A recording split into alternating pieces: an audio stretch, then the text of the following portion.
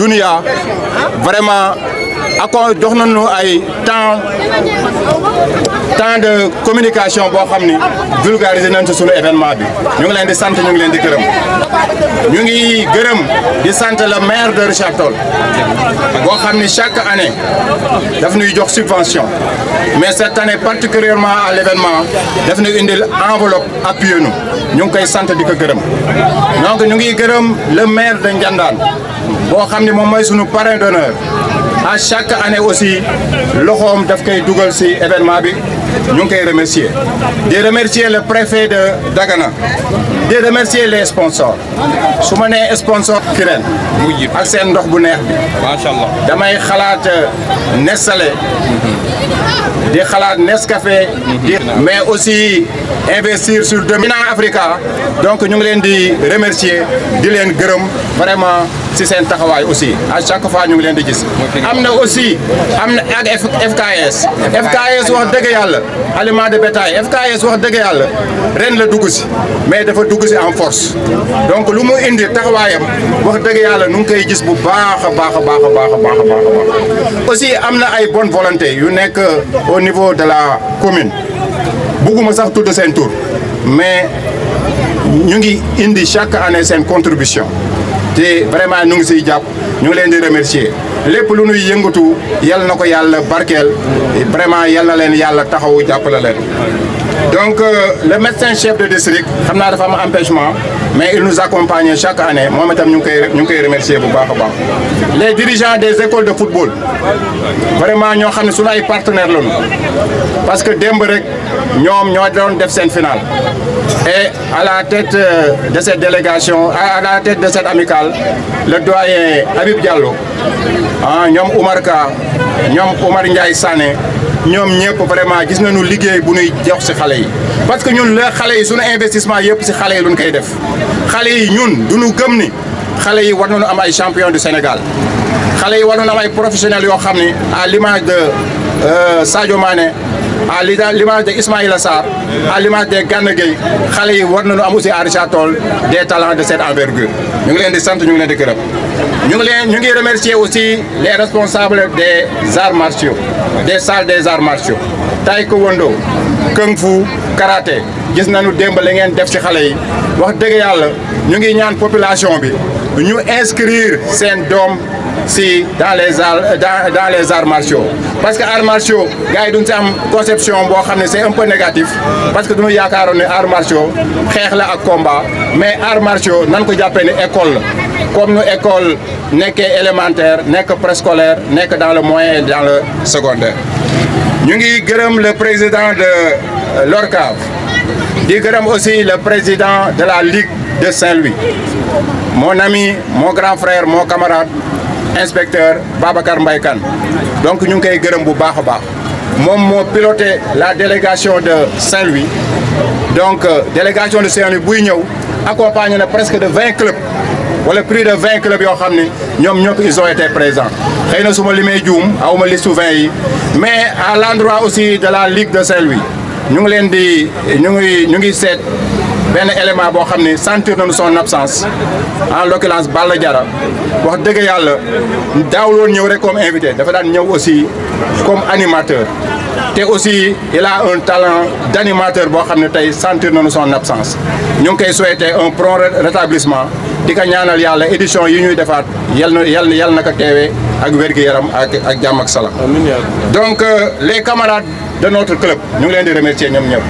tey président moo waroon taxaw fii di wax mais président dafa voyager mais lépp daf nu ko bàyyeel ñu ngi koy gërëm di gërëm tous les membres góor jigéen xale di leen ñaan waa Richard Toll ni leen amul benn conditionnalité pour accéder si sunu club randonnée bi amul ku am blouson ñëwal ku ñëwal nga participer parce que sport dafa am jeexantal si nit sport dafa am jeexantal si yaram ak si wér-gu-yaram donc ñu ngi leen di ñaan ngeen ñëw adhérer en masse donc ñu ngi remercier les présidents des zones zone 7 zone 8 zone 2 ñu ngi remercier aussi waa Escofi gis nañu seen taxawaay à travers madame Sall donc Aram Sall gis nañ ko fi donc waa Escoffier ñu ngi leen di sant ñu ngi leen di gërëm ñu ngi gërëm aussi les forces de défense et de sécurité en l'occurrence les sapeurs-pompiers la police la gendarmerie gis nañu seen taxawaay vraiment bi ngeen ñëwul woon xëy na affaire yi dana déborder mais grâce à votre présence gis nañu affaire bi vraiment vous avez su maîtriser l'événement ñu ngi leen di sant ñu ngi leen di gërëm mais man nag damay taaye toujours mention spéciale à mes enseignantes. Oui. Mention spéciale à mes enseignants. Où sont les enseignantes? Où sont les enseignants? Donc, content si les enseignants. Parce que c'est ma famille professionnelle, c'est ma famille d'adoption. C'est vraiment, ils m'ont toujours accompagné. Jusqu'à présent, ils continuent à m'accompagner. La petite catégorie, les écoles de football, les salles de karaté, les élèves yi ñu ngi leen di ñaanal ku si am examen yal na la yàlla jàppale ba nga réussir que vraiment ku si am classe de passage yal na la jàppale ba nga réussir aussi. de la CSS gis nañu aussi seen taxawaay donc léegi lu ñuy def du ñuy jox dafa am ñoo xam ni donc on vous remercie monsieur les sapeurs-pompiers. Bon, nous avons vu votre accompagnement donc merci. Dites au commandant que nous sommes très contents de lui. Merci beaucoup. Donc du ñuy ñi orateurs yi ñuy jox parole rek mais du ku si nekk na nga ñëw taxaw le président de la ligue moom mooy ñëw aussi après ces sponsors là et enfin on donne au doyen Sankharé. ñu ñaan may président Doudou ndombo Sadji vraiment affaire bi am di ci kontaan lool aussi même bu ñu ñëwee foog ñu woon ñu lay demee daal waa actuellement man ci ba di 70 ans parce que man bon du ma xale daal. kon nag comme lii moom ak ci gëm di leen ñaan daal vraiment réussir na daal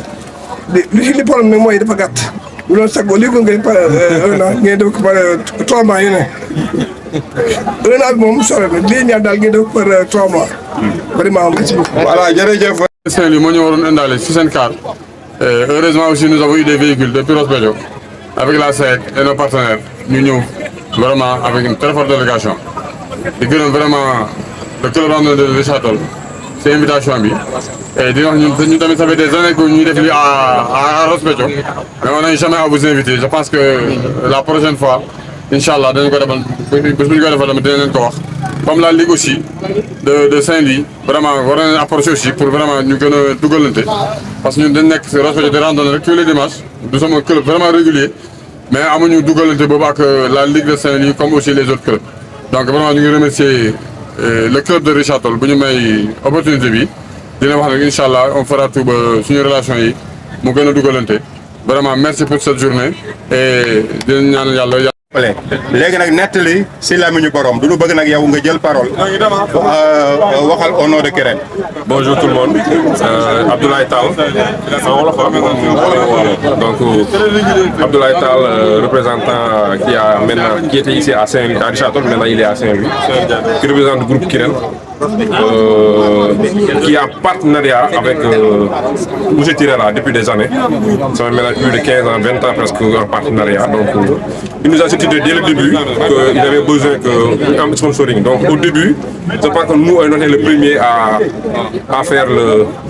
sponsoring avec des t-shirts. Donc voir maintenant d'autres sociétés rejoindre ce tempo, c'est une fierté pour nous aussi. Donc, comme aussi les randonnées, c'est des choses pour la santé et le bien-être de la personne. Donc aussi, Kirène, c'est dans ce sens-là aussi qui fonctionne. Parce que boire de l'eau et avoir de l'eau minéraux, c'est le bien-être de la personne. Donc c'est deux choses qui vont de pair. Donc ce partenariat, on le souhaite que... On voit aussi que la randonnée grandit d'année à année. Donc on souhaite que ça continue sur ce rythme et qu'il y ait plus de succès. Donc merci à vous aussi de nous avoir permis de vous accompagner et d'être là et de faire le nécessaire. Dès le début ici, c'est bon de faire l'historique. C'est lui qui a pris la marque, c'est lui qui l'a inséré ici à Richard Toll. Donc c'est lui qui a même été l'ambassade et il continue d'être l'ambassade de cette marque. Donc si aujourd'hui on est là et que Kirène est là, c'est grâce à lui. Donc merci aussi à Tirera. Il transmettre les mots de remerciement de la part de notre directeur général, Issa Senego, et de mon responsable régional, de M. Davesek, de remercier le club randonnée de Richard Toll et notamment sous le lead de Baye Tirera qui nous représente ici. Donc pour mieux raffermir le partenariat gagnant-gagnant que Nestlé prône au niveau de tout le Sénégal et en particulier au niveau de la région Nord, qui nous est représenté par Baye Tirera. Et que depuis des années, je peux même, bon, ça fait partie de mon plan d'intégration. Hein. C'est la première fois que j'assiste à ce randonnée, mais je sais que les années précédentes, ça a été ficelé et bien libellé par Baye et sous la coordination des autres qui sont passés ici. Et donc, pour tout Nestlé, hein, donc toutes les marques, que ce soit Nido, Nescafé et Gloria et autres, donc toutes ces marques-là ont fait leur participation par rapport à cet événement. Et donc, on peut juste que vous remercier et remercier Baye partenariat gagnant-gagnant puisse encore préciser.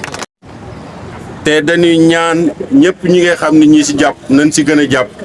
parce que affaire bi day yokk kii dañu bëgg ànd mu nekk mu am dañ ko sant waa Richard Toll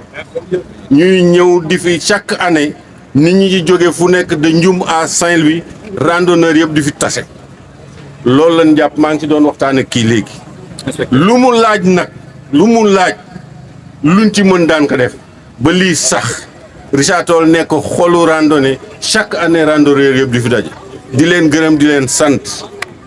wane ni randonnée dafa baax ci nit boo demee ba mag mënatoo daw mënatoo dara mais dox ci sport la bokk donc lii nañ ko gën a yaatal mu gën a yaatu def sensibilisation pour mag ñi dugg si